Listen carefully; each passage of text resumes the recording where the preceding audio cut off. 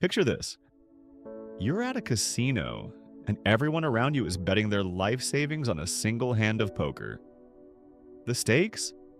Not just their money, but the entire American economy. Welcome to 2025, where we're living through what might be the biggest financial bubble in human history, and it's all powered by artificial intelligence. Sam Altman, the CEO of OpenAI himself, recently admitted what many have been whispering, yeah, this might all be a bubble. When the high priest of the AI revolution starts questioning his own religion, maybe it's time we all pay attention. The numbers don't lie. Let me hit you with some numbers that should terrify you. In 2025 alone, tech companies are projected to spend $400 billion on AI infrastructure.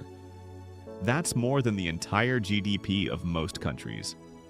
Meta's Mark Zuckerberg casually mentioned at a White House dinner that his company plans to spend $600 billion through 2028 just on data centers.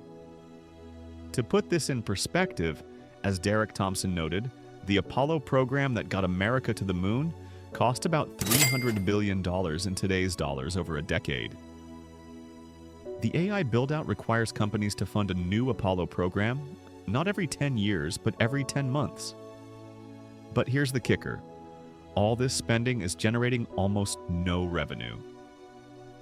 The Economist estimates that AI-related revenues will total just $50 billion in 2025.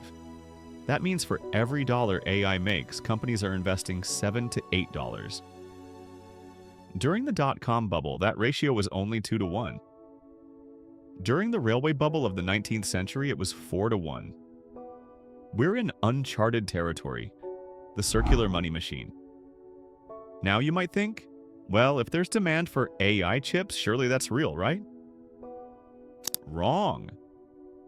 What we're seeing is what economist Hank Green calls bubble mechanics, a circular flow of money that creates the illusion of demand. Here's how it works. Nvidia invests $100 billion in OpenAI.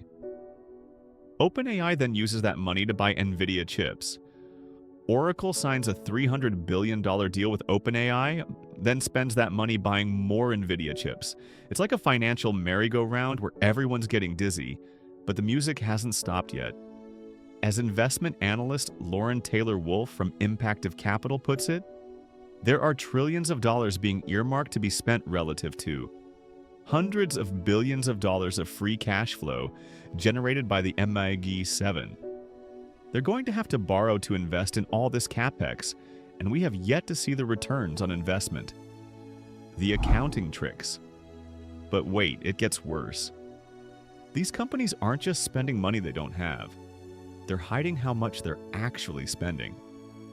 Microsoft, Google, Amazon, and Meta have all quietly extended the estimated lifespan of their AI hardware from 4 to 5 years to 6 years, making their profits look stronger on paper.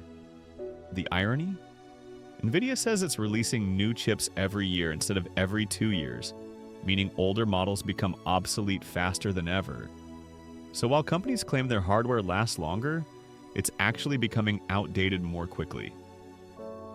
If analysts are right, this accounting sleight of hand could wipe out $780 billion to $1.6 trillion in market value when reality hits. The economic house of cards. Here's where this becomes everyone's problem, not just Silicon Valley's. AI spending now accounts for 40% of all US GDP growth.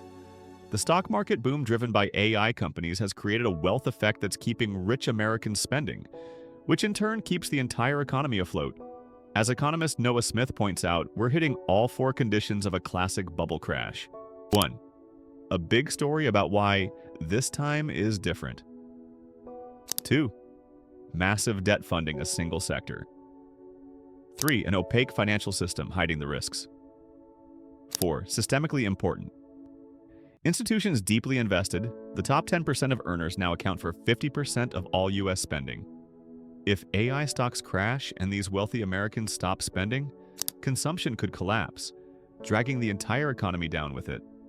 The reality check. Meanwhile, in the real world, the AI revolution is sputtering. The US Census Bureau found that corporate AI adoption actually dropped from 14% to 12% between June and August 2024. A staggering 95% of companies using generative AI reported zero return on investment. Not disappointing returns, zero returns. Even the technology itself seems to be hitting walls. OpenAI's latest model, GPT-5, performed worse on benchmark tests than its competitors. As Neil deGrasse Tyson observed when discussing AI limitations, AI can only know what already exists on the internet. It can't be something about you that you invent for yourself tomorrow, because that's not on the internet yet. The human cost. This isn't just about numbers on a spreadsheet. These data centers are consuming 4.4% of all US energy, with carbon intensity 48% higher than the national average. Entire communities in Northern Virginia are being boxed in by AI infrastructure, with a third of data centers located near residential areas due to inadequate local planning and zoning. We're literally reshaping our physical world and energy grid for technology that, as former Intel CEO Pat Gelsinger admits, we know is a bubble. Are we in an AI bubble? Of course, we're hyped, we're accelerating, we're putting enormous leverage into the system. The Defender's last stand AI proponents like Jeff Bezos argue this is a good bubble, like the railway bubble that left us with useful infrastructure, or the biotech bubble that gave us life-saving drugs. When the dust settles and you see who are the winners, society benefits from those inventions, Bezos claims. But there's a crucial difference. Unlike railways or fiber optic cables, AI chips depreciate rapidly. As Bezos himself noted, every company gets funded, the good ideas and the bad ideas. And investors have a hard time in the middle of this excitement distinguishing between the good and bad ideas. The international perspective. Even traditionally conservative institutions are sounding alarms. The Bank of England warned that the risk of a sharp market correction has increased, noting that stock market valuations are comparable to the peak of the 2000 dot-com bubble. IMF Managing Director Kristalina Georgieva echoed these concerns. Current stock valuations are heading toward levels we saw during the bullishness about the internet 25 years ago. If a sharp correction were to occur, tighter financial conditions could drag down the world growth. When bubbles pop, history shows us that bubbles don't deflate gradually, they burst suddenly and violently. The dot-com crash wiped out $5 trillion in market value. The 2008 financial crisis nearly brought down the global economy. But this AI bubble is different because it's more deeply integrated into the broader economy than any bubble before it. As Paul Tudor Jones noted, while we might be in a bubble, all the ingredients are in place for it to get much bigger before it pops. The question isn't if, but when and how much damage it will cause. The silver lining. Perhaps there's hope in the acceleration of AI slop. The flood of low-quality artificial content that's making people crave authentic human connection. As one observer noted, the faster AI accelerates, the faster the desire to return to human accelerates.